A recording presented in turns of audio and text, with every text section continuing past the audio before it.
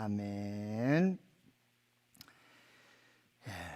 오늘 저희들 욥기 2장의 말씀을 이제 살펴보겠는데요.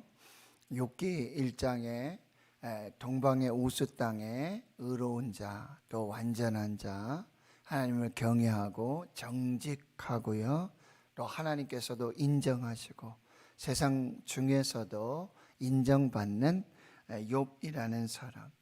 그런데 사탄이 까닭 없이 하나님을 섬기겠습니까? 라는 충동을 하면서 이제 욥을 시험하게 되어집니다. 4번에 걸친 그런 시험이 계속 되어집니다. 꼬리에 꼬리를 물고 마치 이 재앙의 쓰나미가 계속해서 밀려오는 것 같습니다. 그러나 욥의 반응은 바로 하나님을 예배하고 찬양하고 감사하는 것이었습니다. 그래서 하나님 앞에서 그 믿음을 지켰던 욥의 모습을 살펴봤는데요. 오늘 2장 1절에서 여러분 보시면은 또 하루는 하나님의 아들들 여호와 앞에 서고 또 사탄도 하나님 앞에 서게 되어지는데요. 여호와께서 사탄에게 어디서 왔느냐? 제가 두루두루 돌아서 다시 이렇게 왔습니다. 그럼 내 종 욥을 주위에서 봤느냐? 그렇게 온전하고 또 정직하고 하나님을 경외하며 악에서 떠난 자가 없다. 네가 아무리 그렇게 시험을 하고 충동을 해도 욥은 믿음을 지켰다라고 그렇게 말씀하고 계시는 거죠. 그런데 사탄은요, 거기에서 끝내지 않는다는 거예요. 사탄의 이런 거듭되는 공격, 아주 집요한 공격이 계속 되고 있는 것입니다. 4절에 이렇게 말씀하고 있어요. 사탄이 여호와께 대답하여 이르되 가죽으로 가죽을 바꾸오니, 가죽으로 가죽을 바꾸오니, 이게 물물 교환이라는 의미인데 사탄은 이렇게 말합니다. 그러면 그 모든 재물과 생명들, 그럼 생명을 이제 취해 보시면 어떻겠습니까? 생명을 한번 이제 그렇게 바꾸는 그런 방법은 없겠습니까? 라고 5절에 이제 주님의 손을 펴서 그 뼈와 살을 치소서, 그리하시면 틀림없이 주를 향하여 욕하지 않겠습니까? 6절에 여호와께서 사탄에게 이르시되 내가 그를 내 손에 맡기노라. 다만 그의 생명은 해하지 말지니라. 다시 하나님께서 시험을 허락하십니다. 하나님의 섭리 가운데서. 이것을 우리가 정말 어떻게 이해해야 할런지, 어떻게 우리가 수긍하고 받아들여야 될런지 참 어려운 그런 문제 중에 문제예요. 욥은 까닭 모를 그런 시험. 그래서 저는 이런 시험을 이렇게 한번 부르고 싶어요. 신비한 시험이다. 미스테리한 시험이다. 까닭 모를 시험. 아주 신비한 시험. 여전히라는 말로 욥의 신앙을 보여주게 되죠. 3절에도 그가 여전히 까닭 없이 그를 시험해도, 신비한 시험이라 할지라도 여전히 자기의 온전함을 지켰던 그런 욥의 신앙. 그런데 재차 거듭되고 집요한 사탄의 공격에 결국 또 하나님께서는 그 시험을, 까닭 모를 시험, 신비한 시험을 또 결국 허락하셨다라고 하는 거예요. 여러분 7절을 보세요. 사탄이 이에 여호와 앞에서 물러가서 욥을 칩니다. 발바닥에서 정수리까지, 온 몸이죠. 온 몸에 종기가 나게 하고요. 8절 보면 욥은 제 가운데 앉아서 질그릇 조각을 가져다가 몸을 긁고 있고요. 9절에 여기 이제 욥의 아내가 등장합니다. 처음이자 마지막입니다. 욥의 아내. 그런데 그 입의 말이 무엇입니까? 여기 그래도입니다. 이게 앞에 나왔던 여전히와 똑같죠. 여전히 그래도. 자기의 온전함을 굳게 지키겠느냐. 하나님을 욕하고 죽으라. 그 많은 종교 개혁자 신학자들이 이 욥의 아내를 굉장히 폄하합니다. 아주 마귀, 사탄과 똑같은 사람이다, 이렇게 얘기하거든요. 하나님을 욕하고 죽으라. 그리고 그래도 자기의 온전함을 굳게 지키겠느냐. 정말 입에 담을 수 없는 말이고요. 그리고 정말 고통당하고 시험당하는, 환난당하는 이 남편을 위해서 할 말이 아니지 않습니까? 그런데 여러분, 히브리의 원어에 보면 하나님을 욕하고 죽으라, 이런 동사는 어떻게 되면 바라크가 쓰였어요. 바라크는 축복하다는 의미거든요.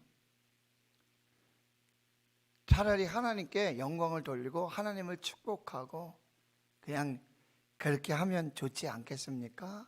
라는 이야기예요. 그래서 요즘 또 신학자들은 이렇게 얘기합니다.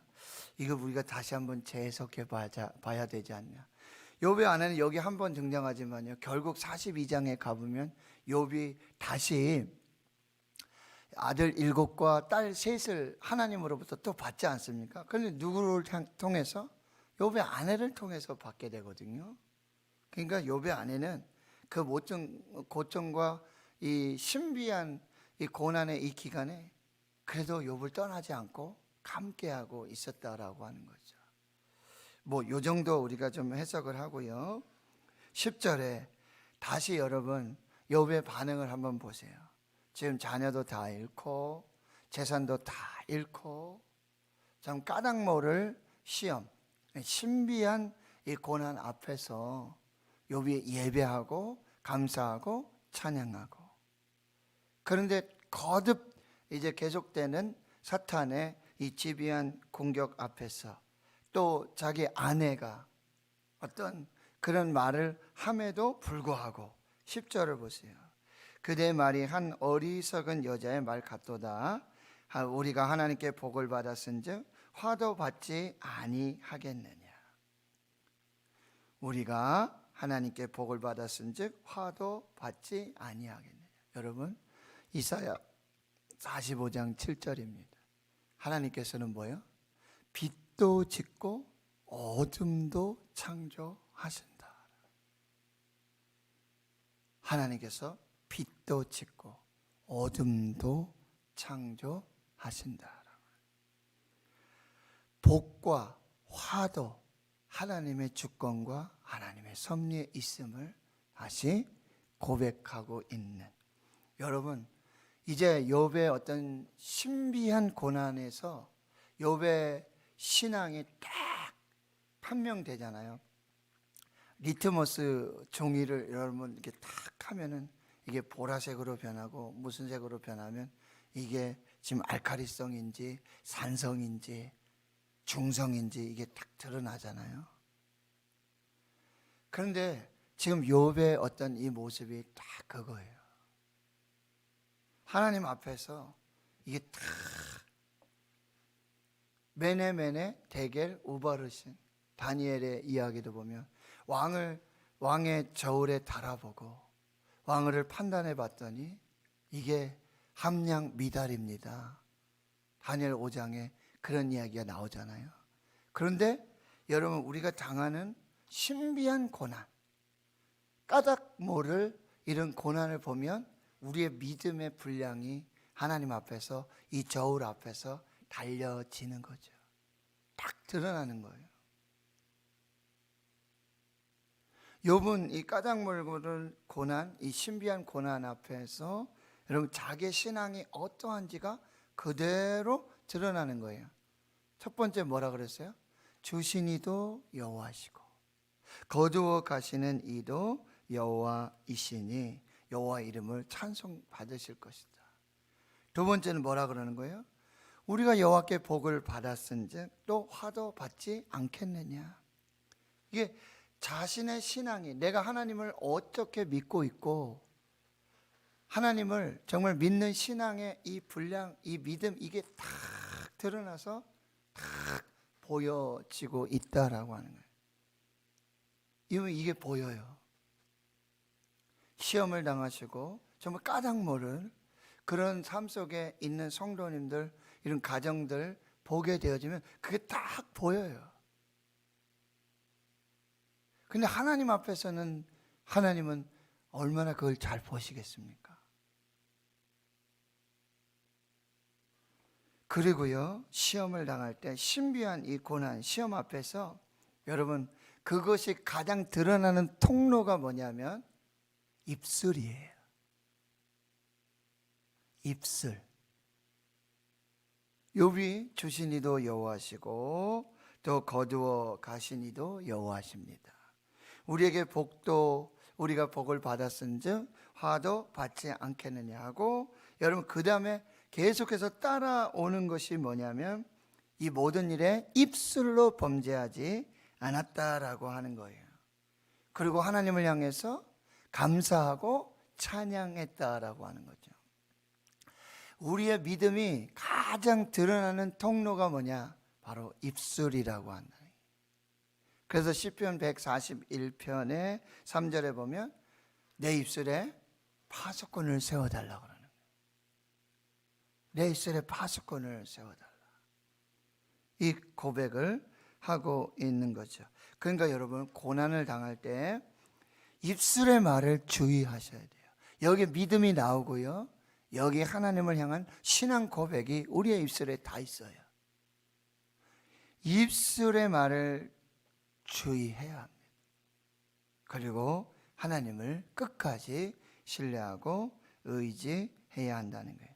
지금 결국 이 욥의 아내가 그렇게 종교개혁자들한테 사탄 마귀까지도 막 그렇게 판단받는 이유 중에 하나가 그의 입술에 있었거든요.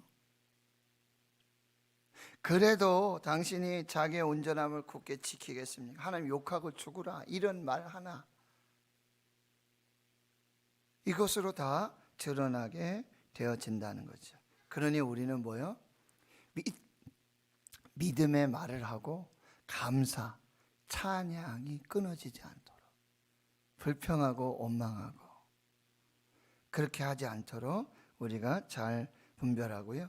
그리고 또 한 가지는 뭐냐? 여러분, 고난이 생기면 우리는 습관적으로 그리고 아주 본능적으로 뭡니까? 이유를 묻습니다. 왜 그렇습니까? Why? 무슨 까닭입니까? 좀 이유를 알아야 되지 않겠습니까? 내가 이런 취급을 당하고 이런 어떤 부당한 대가 나는 도저히 이해할 수 없는데 왜, 까닭이 무엇입니까? Why? 이렇게 질문해요. 근데 제가 어제 말씀드렸지만 예수님은 뭐라고 말씀하세요? 아버지 죄도 아니고 이 아이의 죄도 아니고 이 아이에게서 하나님이 하시고자 하는 일을 나타내고자 합니다. 그러니까 우리는 why, 이유를, 까닭을 질문하지만 하나님의 대답은 뭐예요? 의미가 뭐냐? 목적이 뭐냐? 미닝을 말씀해 주신다는 거예요. 그러니까 하나님의 입장에서 보면은 뭐예요? 의미 없고 목적 없는 시험은 없는 것입니다. 의미 없고 목적 없는 그런 고난은 절대 없다라는 거예요. 그래서 뭐라고 말해요? 고통에는 하나님의 뜻이 있는 거예요. 자, 오늘 우리가 입술을, 여러분, 입술. 그래서 잠언의 말씀에 뭐예요? 죽고 사는 것이 혀의 권세에 달렸다. 죽고 사는 게 혀의 권세에 달렸다. 이걸 꼭 기억하시고, 야고보서 3장에도 이 혀에 대한, 말에 대한 주의가 나오고 있거든요. 말씀들을 여러분 꼭 잘 묵상하시고요. 그리고 이유를 묻지 말고, 까닭을 묻지 말고, 하나님 의미가 무엇입니까? 목적이 무엇입니까? 이게 우리 다시 한번 하나님 앞에서 신앙을 점검해가는 그런 방법이 될 수 있다라고 하는 거. 이것을 여러분 꼭 기억하시고, 11절에 12절 13절에 욥의 세 친구가 이 재앙의 말을 듣고 각각 각 지역에서부터 대만 사람 엘리바스, 수아 사람 빌닷, 나아마 사람 소발. 엘리바스는 하나님이 정복하신다. 빌닷이라는 뜻은 하닷의 아들이라는 뜻.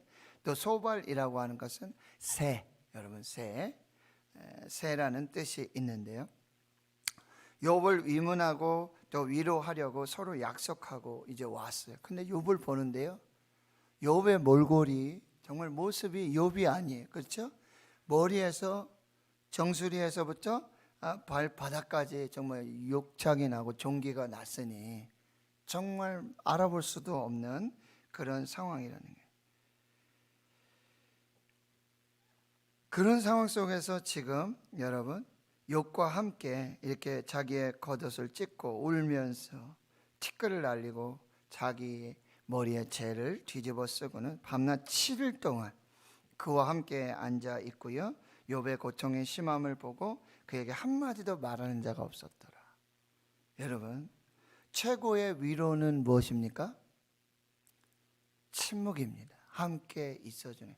욥의 세 친구가 이제 42장 마지막까지 등장하거든요. 욥의 세 친구가 여기서 등장해서, 근데 가장 잘하는 거, 지금 처음에 욥 찾아와 가지고는 아무 말도 안 하고 같이 울고 침묵하면서 그 자리를 지켜줘요. 여러분, 우리 오늘 조심해야 돼요. 누구의 어떤 시험이나 환난, 고난 앞에 가서 또 말해요. 아니, 내가 겪어봤는데, 아니, 나도 다 지나갔어. 아니, 그거 아무것도 아니야. 이거 말 조심하셔야 돼요. 우리가 마치 하나님인 양, 욥의 세 친구처럼 너 뭐 죄 있지, 숨겨놓은 죄 있지, 그럴 줄 알았어. 나한테만 얘기해봐. 이거 아니에요. 우리가 막 하나님처럼 하나님의 자리에서 판단하고 정죄하고 넘겨짚고 또 막 말씀드렸죠. 나도 다 겪어봤는데, 아이, 정말 상처에 뭘 치는 거죠? 초를 붓는 것과 같은. 그러지 말고 어떻게 해야 돼요? 같이 울어주고.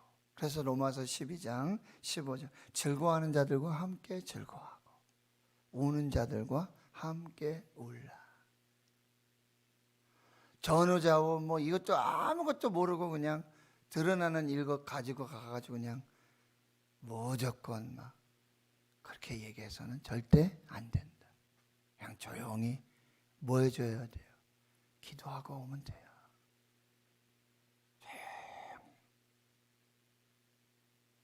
그것이 정말 하나님 안에서, 성령 안에서 위로가 될 수 있다는 거예요. 여러분, 세시봉 장로님, 윤형주 장로님 아시잖아요. 그분이 뭐 이렇게 하고 하는데 아무튼 좀 나쁜 소문이 나고 좀 안 좋은 일들 때문에 정말 그 세시봉의 영화 주연도 하시고 뭐 일정이 뭐 말할 것도 없죠. 그런데 그 한 가지 때문에 어려운 뭐 좀 오해나 이런 일들 때문에 모든 스케줄도 다 너무너무 어려워. 그 사람들이 와서, 친구들이 와서 뭐 이러쿵 저러쿵 뭐 얘기 말을 하는데 하나도 위로가 안 된다.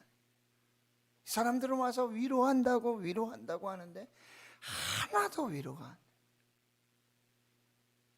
사람의 말로는 위로가 안 되고, 그분의 고백이 뭐예요?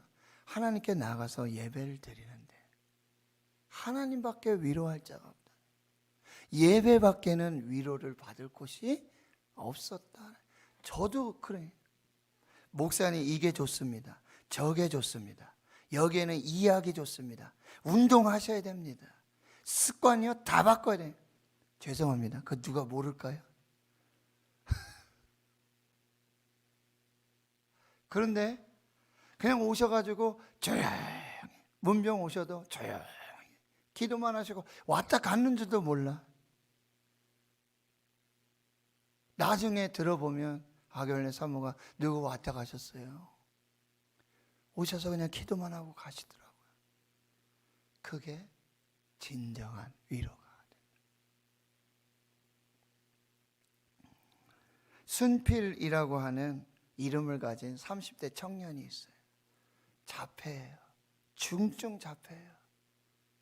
그가 하는 일은 여기다가 이렇게 손수건 차고, 예? 침 흘리면 자기도 못 닦아요. 그리고 승질나면 자기 마음에 안 들면 머리를 벽에다 박고, 이게 다예요. 부모님들 그런 신앙을 가진 분들이 있고, 또 하나는 다윗이라고 하는 이름을 가진 여러분 아이가 있는데, 이 아이는 왜 다윗이 됐냐면은 첫 아이인데 태어나자마자 부모들이 이 아이는 우리가 하나님께 드리겠습니다, 서원하겠습니다, 그래서 목사로 드리기 위해서 이름을 다윗으로 지었어요. 근데 조금 2-3살 자라고 보는데 조금 이상해요. 성장이 좀 덜한 것 같고 그런 것 같아요. 검사를 해봤더니 여기도 중증 자폐. 근데 이 교회 담임 목사님이 고백하는 게 뭐냐, 이 순필이 부모님과 다윗의 부모님이 항상 교회에 최선을 다하고 충성을 다하고 헌신하시고, 금요일 집회라든지 모든 예배, 모든 봉사에 빠짐없이 기쁘고 감사하게 최선을 다해서 그렇게 섬기고 있는데, 그 목사님이 참 까닭을 모르겠어요. 그렇죠? 불평을 해도 얼마든지 할 수 있고 좀 안 좋은 생각을 할 수도 있고, 그런데 이분들 항상 웃으면서 항상 예배의 첫 자리, 봉사의 첫 자리, 기도의 첫 번째 자리, 그렇게. 그래서 이유를 물어봤어요. 그랬더니 이분들이 하시는 얘기가 이렇게 대답하고 있는 거죠. 하나님이 계시다면 어떻게 우리에게 이런 일이 일어났느냐 라고 생각하니 그게 끝이 없다라는 거죠.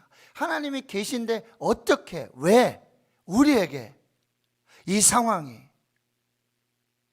이렇게 생각을 하고 이런 질문을 들여다보니 끝이 없었다라고 하는 것이죠. 그런데 그분의 고백들이 뭐예요? 그분들의 하나님이 계시지 않았다면 우리가 어떻게 이 고통을 이겨낼 수 있었을까요?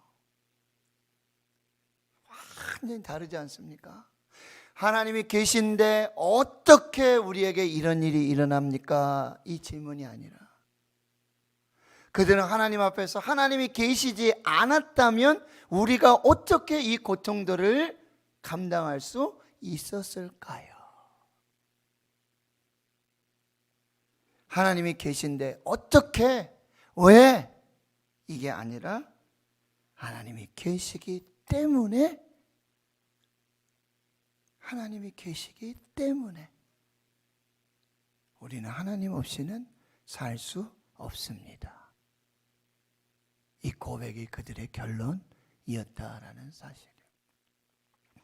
오늘 우리가 수없이 만나는 까닭을 모른 고난, 신비한 고난, 하나님이 계신데 어떻게, 왜, 이 질문이 아니라 하나님이 계시기 때문에 라는 하나님밖에 없습니다.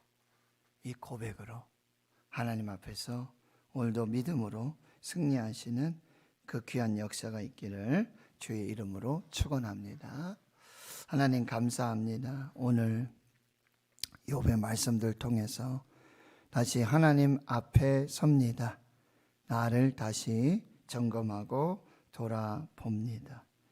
하나님 앞에서 까닭 모를 고난, 신비한 고난, 우리의 믿음의 상태가 어떠한지, 믿음의 분량이 어떠한지, 나의 신앙은 어떠한지, 우리 입술로 고백되어지는 것들, 우리의 입술에 감사와 찬양이 있는지, 우리 입술에 아직도 까닭을 찾는, 이유를 묻는 질문이 계속되고 있는지, 하나님이 계시는데 어떻게, 왜? 라는 질문이 아니라 하나님이 계시기 때문에 오늘도 생명을 삽니다. 하나님 감사합니다. 하나님이 계시기 때문에 이 고난도 고통도 신비한 까닭 모른 하나님 앞에서 이 상황도 숨쉬며 살아갈 수 있습니다. 이 고백으로 하나님 앞에 온전한 믿음으로 설 수 있는 저희들 모두가 되게 해 주옵소서. 이제는 우리 주 예수 그리스도의 은혜와 하나님 아버지의 무한하신 사랑하심과 성령의 교통하심이 이제로부터 영원토록 함께 하시옵기를 간절히 축원하옵나이다. 아멘.